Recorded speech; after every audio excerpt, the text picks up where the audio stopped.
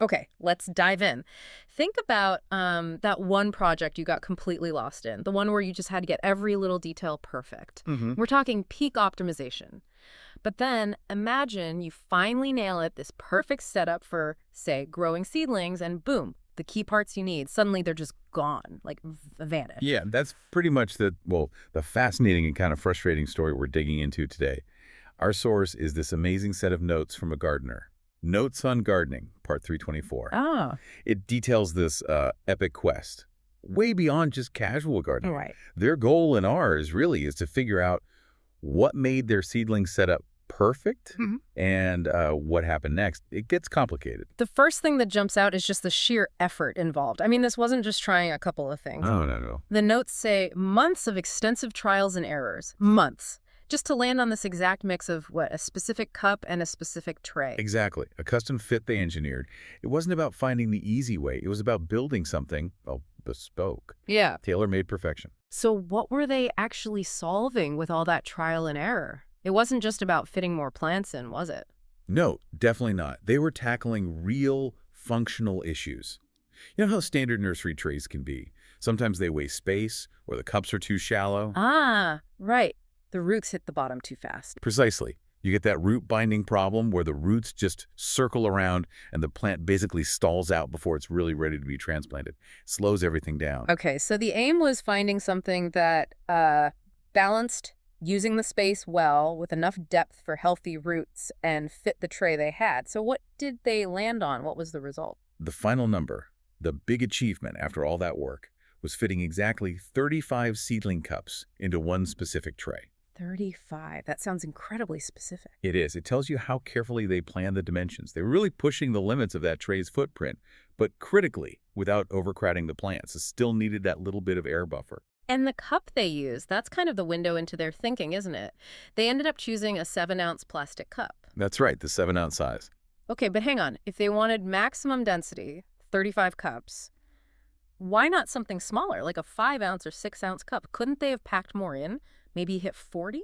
Well, yeah, mathematically, maybe. They probably could have squeezed in more, maybe 40, 45 even.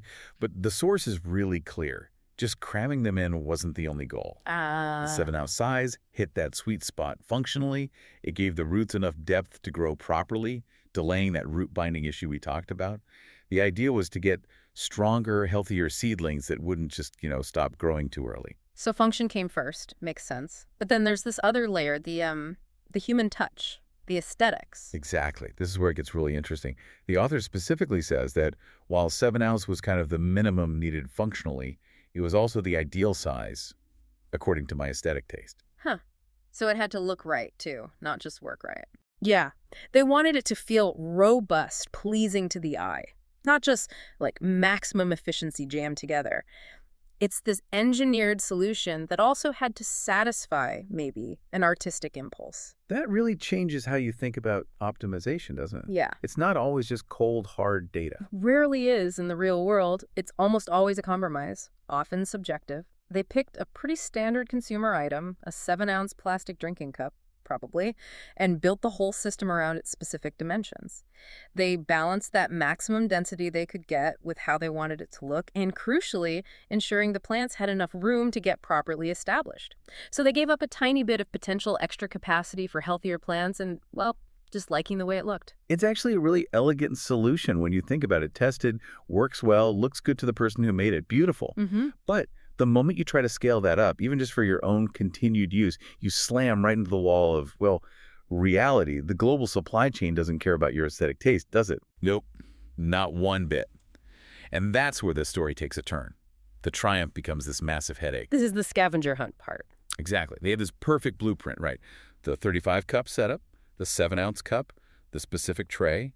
But then they discover the tray itself, the foundation of the whole thing, was apparently some kind of limited run. Oh, no. Yeah. The key trays are just no longer available in the market. Gone. Okay, I have to push back a little here. If your perfect system relies on something you can't get anymore, literally the moment you perfect it, was it actually optimized? Or did they just design themselves into a corner with a dependency? That's the million-dollar question, isn't it? It's the tragic irony here.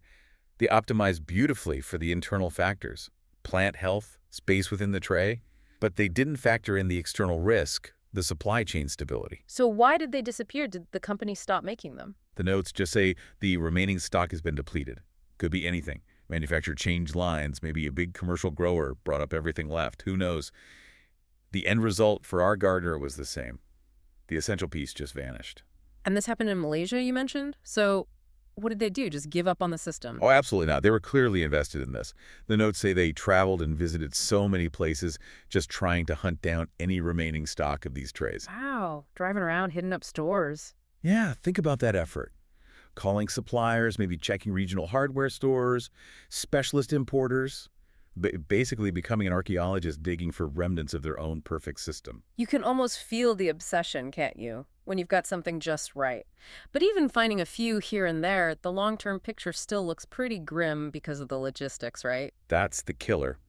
Even if they manage to find a few caches of these trays scattered around, the notes point out the ongoing difficulty. Getting these specific, now rare, trays back to Malaysia consistently. It's described as rather challenging. And challenging usually translates to expensive or tied up in red tape, or maybe just impossible after a while. Importing stuff, especially bulky plastic items, can get complicated fast. Customs, tariffs, shipping costs. Right. All that friction and cost basically blows up the original efficiency or cost effectiveness they might have achieved. Suddenly, maintaining this perfect system costs a fortune in time and maybe money. So, stepping back, what's the bigger lesson here? It feels like a cautionary tale. I think it really demonstrates the fragility of these highly specific bespoke systems. The gardener absolutely achieved success by their metrics. 35 healthy seedlings, great root space, aesthetically pleasing. But it was built on something non-standard, something fleeting. And when the market shifted or the supply just dried up, Goose.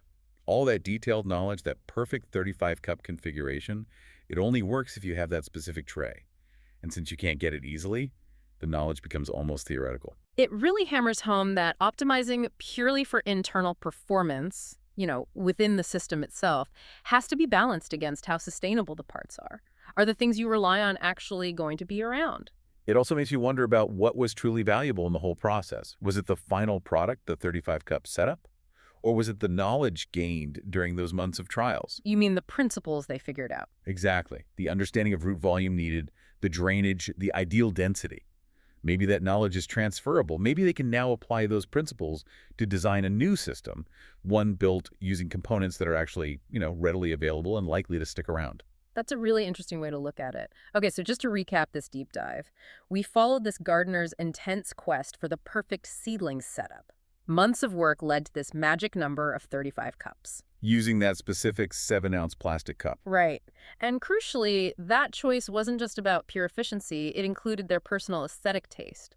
But then, bam, the specific tray needed disappears from the market in Malaysia. Leading to this frantic search, traveling all over, just to find leftover stock, highlighting the system's immediate fragility. It really turns the success story into a powerful lesson about design, dependency, and maybe resilience. And that leaves us and you listening with something to really chew on.